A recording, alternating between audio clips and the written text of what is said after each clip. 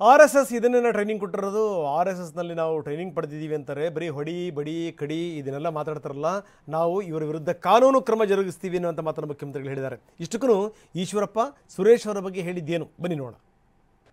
ಇಬ್ಬರು ರಾಷ್ಟ್ರದ್ರೋಹಿಗಳು DK ಸುರೇಶ್ ಮತ್ತು ವಿನಯ್ ಕುಲಕರ್ಣಿ. ನಾವು ದಕ್ಷಿಣ ಭಾರತವನ್ನ ಬೇರೆ ರಾಷ್ಟ್ರವಾಗಿ ಕೇಳ್ತೀರ ಅಂತ ಹೇಳಿರಲ್ಲ, ಆ ಎರಡು ರಾಷ್ಟ್ರದ್ರೋಹಿಗಳನ್ನ ನಿಮಗೆ ತಾಕತ್ತಿದ್ರೆ ಪಕ್ಷದಿಂದ ಕಿತ್ತು ಬಿಸಾಕಿ, ಅವಾಗ ನಿಮಗೆ ಗೊತ್ತಾಗತ್ತೆ ನಿಮ್ಮ ಅಧ್ಯಕ್ಷ ಹೋದವರು ಅಂತ. ನಿಮಗೆ ತಾಕತ್ತಿಲ್ಲ, ಹೆಂಗಾರು ಮಾಡಿ ಎಲ್ಲಾರನ್ನೂ ಒಟ್ಟಾಗಿ ಇಟ್ಕೋಬೇಕು.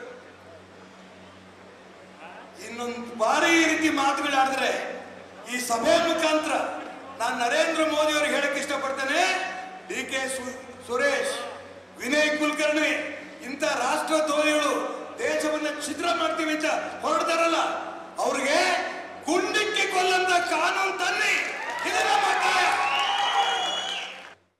ಅಂಥದ್ದೇನಾದರೂ ಕಾನೂನು ಮಾಡಿದ್ರೆ ಅರ್ಧ BJP ಖಾಲಿ ಆಗ್ತದೆ ಮತ್ತು RSS ಬಾಗಿಲು ಮುಚ್ತೇವೆ. ಈಶ್ವರಪ್ಪ ಅವರಿಗೆ ನನ್ನೊಂದು ಸಲಹೆ ಇದೆ. ನಿಮಗಾಗಲೇ ಇನ್ವಾಲೆಂಟ್ರಿ ರಿಟೈರ್ಮೆಂಟ್ ಕೊಟ್ಬಿಟ್ಟಿದ್ದಾರೆ, ಮನೇಲಿ ಆರಾಮಾಗಿರಿ. ನೀವು ಆಟಕ್ಕುಂಟು ಲೆಕ್ಕಕ್ಕಿಲ್ಲ ಆಗಿಬಿಟ್ಟಿದ್ದೀರಾ. DCM ಇದ್ರಿ, ಅದಾದಮೇಲೆ ಏನಾಯಿತು, MLA ಆದ್ರಿ, ಅದಾದಮೇಲೆ ಈ ಸರಿ ಟಿಕೆಟು ಸಿಕ್ಕಿಲ್ಲ. ನಾನು ಅಸ್ತಿತ್ವದಲ್ಲಿ ಇದ್ದೀನಿ, ನಂದು ರಾಜಕೀಯ ಶಕ್ತಿ ಇದೆ ಅಂದ್ಬಿಟ್ಟು ಯಾವುದೋ ಸಂಘಟನೆ ಕಟ್ಟಿದ್ರು, ಸಂಗೊಳ್ಳಿ ರಾಯಣ್ಣ ಸಂಘಟನೆ ಕಟ್ಟಿದ್ರು, ಏನಾಯಿತು? ಏನೂ ಆಗಿಲ್ಲ. ಅದು ಕಟ್ಟಾದಮೇಲೆ ಪಾಪ ಟಿಕೆಟ್ ಕಟ್ ಮಾಡ್ಯಾರ ಅವರಿಗೆ. ಸೊ ಅವರು ಆಟಕ್ಕುಂಟು ಲೆಕ್ಕಕ್ಕಿಲ್ಲ. ಸುಮ್ಮನೆ ಈಗ ವಯಸ್ಸಾಗಿದೆ, ಅವ್ರ ಮಗನಿಗೂ ಟಿಕೆಟ್ ಇಸ್ಕೊಡೋಕ್ಕಾಗಿಲ್ಲ.